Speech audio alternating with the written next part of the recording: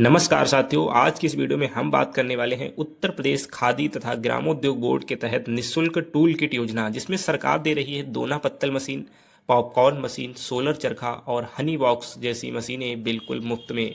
साथियों, इस योजना में आपको आवेदन करने के लिए कौन कौन से डॉक्यूमेंट लगेंगे, आप निःशुल्क में मशीन कैसे प्राप्त कर सकते हैं, आज की इस वीडियो में मैं आपको स्टेप बाय स्टेप पूरी जानकारी देने वाला हूं।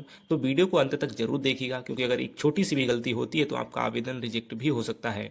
तो इसके पर आने के लिए आपको आ जाना है उत्तर प्रदेश खादी तथा ग्रामोद्योग की इस ऑफिशियल वेबसाइट पर, जैसा कि स्क्रीन पर देख रहे हैं। यहाँ पर आने के बाद आपको एक बटन दिया गया है ऑनलाइन सेवाएं, जिसमें आपको टूल किट आवंटन हेतु ऑनलाइन पंजीकरण करने के लिए बोला जाता है। आपको इसी पर क्लिक करना है। साथ ही ये पॉपअप में जो ओके बटन आपको दिखेगा, इस पर क्लिक कर देना है।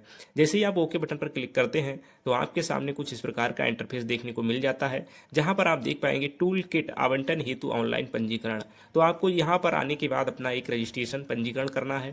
पंजीकरण करने हेतु यहां क्लिक करें, आप देख पाएंगे यहां पर लिख दिया गया है। उसके साथ ही आपको साइड में देखने को मिल जाएगा आवेदन करने के लिए, यहां पर क्लिक करें। उसके बाद लॉगिन करने के लिए यहां क्लिक करें और आवेदन की स्थिति देखें और सामान्य निर्देश। तो चलिए हम यहां पर पंजीकरण हेतु क्लिक कर लेते हैं। तो इस पर क्लिक करते ही आपके सामने कुछ इस प्रकार का जो दिशा निर्देश है वो यहाँ पर ओपन होकर के आ जाते हैं।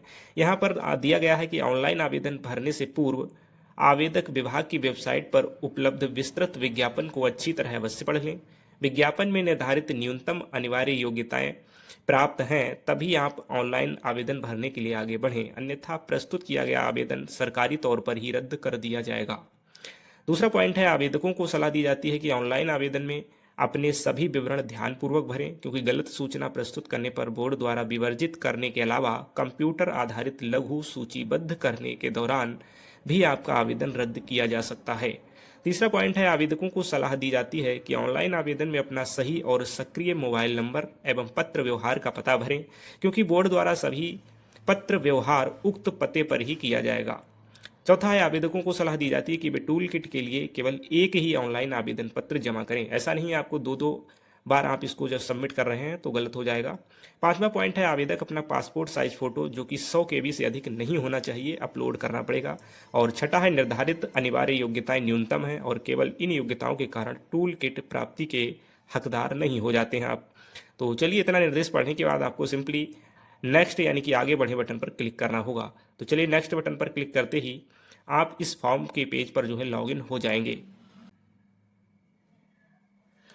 तो कुछ इस प्रकार से आपको पंजीकरण फॉर्म देखने को मिल जाता है, जहां पर आप देख पाएंगे कि सबसे पहले टूल किट का ऑप्शन दिया जा रहा है। टूल किट के ऑप्शन में आप 4 प्रकार की मशीनें देख सकते हैं: दोना पत्तल, पॉपकॉर्न मशीन, सोलर चरखा और हनी बॉक्स। इस समय यही मशीनें आपको आवंटित करने के लिए दी गई हैं। यहीं पर आपको और भी मशीनें मिल जाती हैं समय समय के अनुसार। तो इसमें से आप जो चाहे वो सिलेक्ट कर सकते हैं और उसके बाद आपको जिला यानी कि जो भी आपका डिस्ट्रिक्ट है उसको यहाँ से सिलेक्ट कर लेंगे। तो चलिए, डिस्ट्रिक्ट को सिलेक्ट करने के बाद आवेदक का नाम आपको फिल करना है आधार कार्ड के अनुसार। तो यहाँ पर नाम एंटर करने के बाद आवेदक के पिता या फिर एक महिला है तो अपने पति का नाम यहाँ पर एंटर करेगी। पिता या पति का नाम एंटर करने के बाद आपको अपनी जन्म तिथि को एंटर कर लेना है सिंपली। और जन्म तिथि के एंटर करने के बाद शैक्षिक योग्यता को आज चयन करना है, साक्षर हैं, साक्षर नहीं है, हाई स्कूल, इंटर, स्नातक, जो भी हैं आप सिलेक्ट करेंगे अपने अकॉर्डिंग। उसके बाद आपको अपना स्थायी पता एंटर कर लेना है, जो भी आपका एड्रेस रहेगा वो एंटर करना है। और वर्तमान पता यहाँ पर अगर दे सकते हैं, अगर स्थायी पता वर्तमान पता एक ही है तो यहाँ पर आप टिक करेंगे। टिक करने के बाद आपको स्क्रॉल डाउन करके थोड़ा सा नीचे बढ़ना है और नीचे आप जैसे बढ़ेंगे तो यहाँ पर आपको मिलेगा एक कैटेगरी का ऑप्शन, जिसमें आपको अपनी कैटेगरी जो है अपने अकॉर्डिंग सेलेक्ट कर लेनी है। अनुसूचित जाति, अनुसूचित जाति, अन्य पिछड़ी जाति, सामान्य वर्ग, जो भी है आप अपनी सेलेक्ट करेंगे। उसके बाद आपको अपना जेंडर बताना है और यहाँ पर आप देख पाएंगे कि सदस्य का ब्यौरा पूछा जा रहा है, परिवार डिटेल। तो परिवार में आपके जितने भी लोग हैं उनका जो है क्रमवार अपना यहाँ पर सभी फैमिली मेंबर की डिटेल एंटर कर लेंगे। तो यहाँ पर ऐड बटन पे जैसे ही क्लिक करेंगे तो यहाँ पर आपके सारे मेंबर जो है वो एक एक करके ऐड होते चले जाएंगे। तो चलिए फटाफट से हम अपने सारे मेंबर्स को यहाँ पर ऐड कर लेते हैं। तो साथियों, फाइनली हमने अपने फैमिली मेंबर की डिटेल को ऐड कर लिया है। कुछ इस प्रकार से आप भी अपने फैमिली मेंबर की डिटेल को ऐड करने के बाद स्क्रॉल डाउन करके नीचे बढ़ेंगे तो आपसे पूछ रहा है कि आवेदक अल्पसंख्यक है, अगर है तो टिक कीजिएगा, अन्यथा इसको आप छोड़ सकते हैं। उसके बाद है कि आवेदक विकलांग है, अगर है तो सिलेक्ट कीजिएगा। अब आपको अपने राशन कार्ड यानी परिवार आईडी संख्या या फिर राशन कार्ड संख्या जो है वो यहाँ पर एंटर कर लेनी है। राशन कार्ड संख्या को एंटर करने के बाद आपसे पूछा जा रहा है तकनीकी अथवा व्यावसायिक प्रशिक्षण का प्रमाण पत्र यानी कि टेक्निकल या फिर वोकेशनल या ट्रेनिंग सर्टिफिकेट है। अगर है तो हाँ कर दीजिए, नहीं है तो नहीं पे रहने दीजिए। उसके बाद आपको दिया जाता है उपकरण संचालन का अनुभव। जो जिस मशीन के लिए आप अप्लाई कर रहे हैं क्या उस मशीन को आप चलाना जानते हैं। और उसके बाद पूछ रहा है कि क्या इससे पहले आपके परिवार के सदस्यों ने टूल किट को प्राप्त किया है, तो नहीं कर दीजिए, अगर किया है तो हाँ कर दीजिए। अब आपको देखने को मिलेगा अपलोड रिक्वायर्ड डॉक्यूमेंट्स। तो यहाँ पर आपको सबसे पहले अपनी कास्ट सर्टिफिकेट यानी कि जाति प्रमाण पत्र को अपलोड करना है, जो कि फाइल 200 केबी से अंदर होनी चाहिए, पीडीएफ फाइल 200 केबी के अंदर। तो चलिए हम यहाँ से अपनी जो है पीडीएफ फाइल को सिलेक्ट कर लेते हैं, कास्ट सर्टिफिकेट को। तो कुछ इस प्रकार से आप अभी 200 केबी के अंतर्गत पीडीएफ फाइल को सिलेक्ट कर लेंगे, जो आसानी से आप यहाँ पर अपलोड कर सकते हैं।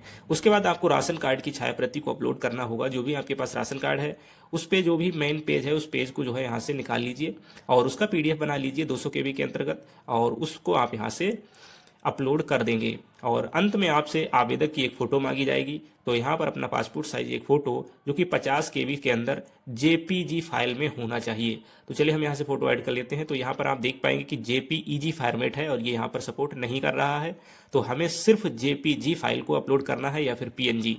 तो ये हमारा जेपीईजी है, ये आप गौर कीजिए, नहीं तो यहाँ पर आप परेशान हो सकते हैं थोड़ा सा। तो जेपीजी फाइल फॉर्मेट में आप अपने पासपोर्ट साइज फ़ोटो को यहाँ से अपलोड करेंगे। तो चलिए मैं यहाँ से अपना एक दूसरा फ़ोटो जो है वो ऐड कर देता हूँ। तो यहाँ से मैं अपना ये वाला फ़ोटो ले लेता हूँ और ये देखिए फाइनली अपलोड हो चुका है। और आई कंसेंट यानी घोषणा बटन पे टिक करेंगे और टिक करने के बाद सिंपली आपको जो है कैप्चा दिया गया है, ये captcha same to same captcha box में एंटर करेंगे। कैप्चा एंटर करने के बाद सीधा आप रजिस्टर बटन पर सबमिट कर देंगे। तो चलिए कैप्चा एंटर करने के बाद रजिस्टर बटन है, इसी पे हमें क्लिक कर लेना है।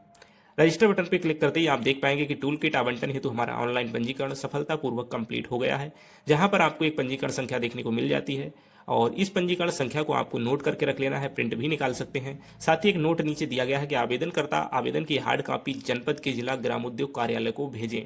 ये कॉपी जो है ये आपको प्रिंट निकाल लेनी है और इसके साथ अपने जो भी दस्तावेज लगे हैं उनकी प्रिंट निकाल करके आपको जो है जिला ग्रामोद्योग कार्यालय को प्रेषित करना है, चाहे तो डाक के माध्यम से कर दें या फिर आप वहाँ जा करके जमा कर दें। इतना करने के बाद आप यहाँ पर देख पाएंगे कि लॉगिन करने के लिए यहाँ क्लिक करें। तो लॉगिन करने के लिए देखते हैं तो यहाँ पर आप लॉगिन तो नहीं कर पाएंगे, ये जो पोर्टल है केवल विभागीय उपयोग हेतु यहाँ पर दिया गया है। तो यहाँ से आप लॉगिन बिल्कुल भी नहीं कर पाएंगे। तो एक ही बार में अपना प्रिंट जो है वो निकाल करके रख लीजिएगा।